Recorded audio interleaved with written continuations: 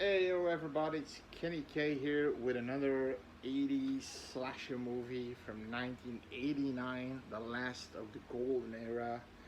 And this one kind of flew under the radar for me because I like college slashers. And that's why I like Final Exam. A lot of people hate it because it's generic. The killer looks like a regular guy, a regular bloke. One thing he does in that movie, he takes a um, a bow and arrow. He takes the arrow in midair. He was a stuntman. He knew martial arts. He knew something. There were a few other fighters who didn't know.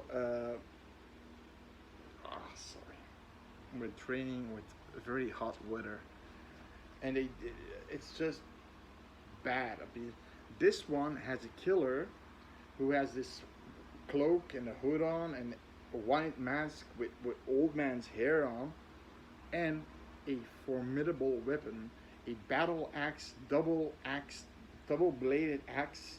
And the thing was, that's the reason why I didn't want to watch this movie because it represents all that I want. It's a slasher movie out of college fraternities, killing fraternity people. Um, a sleuth, a co-ed that is apparently into journalism, and she's a sleuth. She's investigating the crimes and these missing people or getting or killed, and she eventually finds out. That's such my kind of story. But the thing is, there's not a drop of blood in that piece of shit. Really, it's called Rush Week. You probably heard from it. My copious notes that I take. Now it gets a 5. It's directed by a guy named Bob Blaver or something. It gets a 5. It gets a 5 on IMDb. It gets a 5 from me. But like I said, so you get a kill scene. It's like this. The killer comes like fade to black. Again, fade to black. Not even a blood squirt against a wall. No. Yet they do find a few drops of blood and they find out it's AB positive, AB negative. So they find out that the missing student has AB negative. Whoopsie doo. Okay, they solved a piece of the case. Now our main characters, like I said, the sleuth, the journalism co-ed called Tony Daniels. She in real life she's Pamela Ludwig. Never heard of her personally. Never heard of her. Maybe I seen her somewhere. And you've got Jeff, the fraternity president, the president, or what they call him. He's the leader of the fraternity. And then you have Dean Grail. You got Arnold, the pervert photo shooter. Now he looks like, if he works out, he could look like a Stone Cold Steve Austin from the WWE. Really, I shit you not. It could be his brother or him in off season, when he's not training. And then you have another character that I want to point it out is he doesn't have a lot of time to just talk or a few roles. Dominic Brassia, he's one of the fraternity boys. He's called the Peeper because he likes to look at girls and he playboys and shit. And it's actually Friday the 13th, part 5's Joey, who gets eviscerated by Vic with the axe. And that, of course, sets in motion that Roy, the paramedic, becomes crazy and starts killing people. That Joey, with the chocolate fingers and hands and fucking chocolate all over his fucking face. And in this movie too, as a fraternity, a frat boy. Now, it's the reason also why I kind of was disappointed because, like I said, it's a slasher movie, it's a mystery movie, it's a whodunit, and that's always fun. Now, the reason why I kind of didn't dig it for the blood Now I seen Halloween and it's bloodless, but that's just a lightning in a bottle movie. Now this movie may be okay. I've seen other horror movies, slasher movies without blood, but if the tension is there, then it's good. And there's some tension in there, so it was okay. So I kind of could forgive. But every time he killed somebody, fade to black, it was so. I mean, a double-bladed battle axe that yearns blood, that yearns gore. I want gore. Me want gore, right? Now, luckily at the end, it does show a little bit of gore, and I don't understand the MPAA shit because one gore that the axe goes into the chest, you see the blood and the axe going in and blood coming out of the mouth, and then the killer gets decapitated. Pretty realistic, pretty good practical effect, and then you see the decapitated head on the floor with all the blood. Now, that's something that the MPAA already can be a nuisance for. And one thing this movie has is a lot of nudity, frat nudity. Okay, you got sex scenes in there. You got, like I said, Arnold, the pervert photo shooter. He takes pictures of co-eds that want to have some money, taking off their boobs, showing off their boobs, to get $100 every time they do it. Okay, and you've got the fraternity hires a hooker who deflowers pledges, and but they charge like people $10 to see through a peeping hole to yank their chains. And the thing is, on the other side, it's a poster of Hills Have Eyes. You see like through.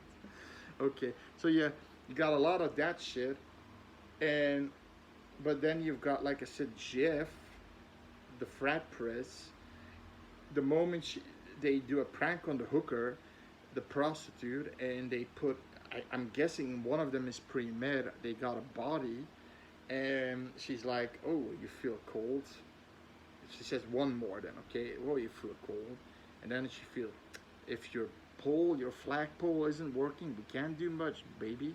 And then she sees its fucking body, and she runs out of there with her string on, and then the press, Jeff goes after her. He says, "I'm gonna try to stop her before she calls the police or something," and he goes after her, and she gets killed by the killer. In the beginning, there's also a party. A girl goes out. Jeff, the press, is trying to communicate with Tony. He likes Tony, and she doesn't want him at the beginning because he's the frat press, and the fraternity is known for being assholes, and he's always looking like this.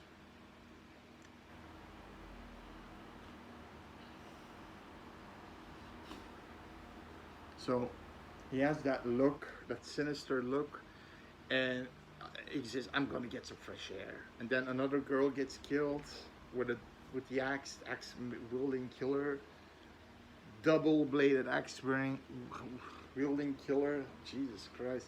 So this movie, listen. Also, a reason why I did not want to see this is because this movie makes it's a sleuth movie, so a mystery. She's a sleuth. There's not a lot of sleuthing to do because we're the sleuths too, and we fucking know who the killer is from the get-go. There's a moment. You know what? I'm not gonna say who the killer is. You got about 4 options. You got this. You got two. I'm gonna say you got 2 options basically. You have 2 other options who are basically trying to get you rid of the other 2. It's the peeping Tom groundskeeper. He's always like, when Arnold is making his photo shoots, he's always like, and then he's always around when they get killed. Then you have Arnold, who gives, for some reason, $100 bill, but with red marker he scribbles in a double-bladed axe on the bill for some reason. Why? Okay, maybe he's the killer. And then you have Jeff, okay, the frat president and the dean, Dean Grill. Now, first of all, Tony finds out that a girl a year ago was killed during Rush Week called Clara. Now, she goes to the she goes to Jeff first. She goes to the dean first. It's apparently his daughter. She was killed a year ago by an unknown assailant, and they never found him. Then he said he was the boy. She was the girlfriend of Jeff. Then she goes to ask Jeff while they are having sex. Then she goes with. So it's super fast. It goes from you're an asshole, you're an asshole, you're an asshole. Let's have sex, and then I love you. Okay, that's at the pace these Tony and Jeff goes, and he asked for Clara, and he doesn't want to answer it. He said, "Yeah, no, it happened.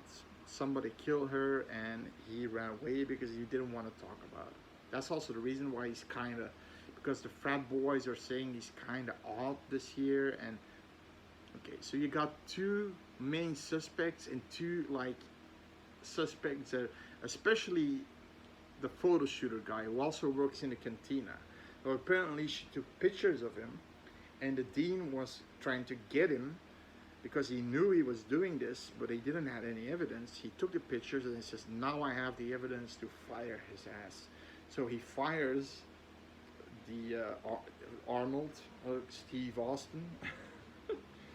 And later on, he sits on a bar, and he asks Tony to be maybe a modeling. He want to give this, you get $100. See $100 bill again with the red marker with the double bladed, scribbled on it. It's not like he prints those bills. But why? Okay, so I can already tell you these two guys aren't killers. But why the $100 bill with the fucking battle axe shit on? It's weird. It's so weird. So, yeah. So, at the end, okay, you're probably guessing who the killer is. I'm not gonna say who. It's still who done it, but it's so obvious. I can tell you within the first 15, 20 minutes, you know who the killer is. It's really obvious, really, really obvious. And yeah, what to say about this movie? So she's kind of investigating and asking people, interviewing people, this and that. The dean, Jeff, frat boys, other co-eds. All these girls who are being photo shooted in a pervert way, they have to put her boobs on cadavers, and they're fake cadavers. But he says, if you're not listening, I'm gonna take a real cadaver. And she's like, okay. And they're listening to everything he says. I can already say he's the one who gets the axe through the chest. Yeah. So, and then he's hung somewhere. So at the final 10 minutes, you get a lot of, you get gore. You got a lot of nudity, tits, and then you got a lot, and then at the very end, you got some gore. I don't know what the MPAA was thinking. I don't know why that this director, it was almost like this director was scared of the MPAA. Let's not put so much gore in this, so it will be PG rated. But let's put tits in this one. Tits as far as the eye can see. And I remember with that movie, Return to Horror High, where they're filming a slasher movie. It's a slasher movie in a slasher movie. They're filming a slasher movie, and you got the producer always. You see this bare-breasted, this lady with a shirt, a top on, and the director is trying to make you see it, and the producer comes in. Shh, I want some boobs. She has nice boobs. And then takes a bucket and throws all the blood on her. I want boobs and I want gore. And when they're having this rape scene, he's looking through the car, the producer. Get your fucking boobs. Get your fucking boobs. And filming the scene. It's just, uh, so I was thinking, so these directors want gore and boobs in their slasher movies, right? Now this one, for some reason, didn't want to put gore in there. Maybe the MPAA, but the MPAA doesn't look. It looks for foul mouth, like fuck you bombs, shitty bombs, whatever bombs, and then it looks to gore, and then it looks to nudity, so they can easily get an R rating for all the nudity they have. I think it's R rated. So why didn't you just go balls to the walls with the kills? Because there are not a lot of kills in this movie too. You've got about three or four kills. Let's say 4 with the battle axe. Let's say 5 with the killer included. So yeah, that's my take on a Rush Week. You got the pros are, it's a creepy. There's a creepy atmosphere. The acting is good. The killer looks good for an independent film, independent horror movie villain. A battle axe, a double-edged battle axe. That's something I'm not seeing a lot in slasher villains. Yeah, I like Tony.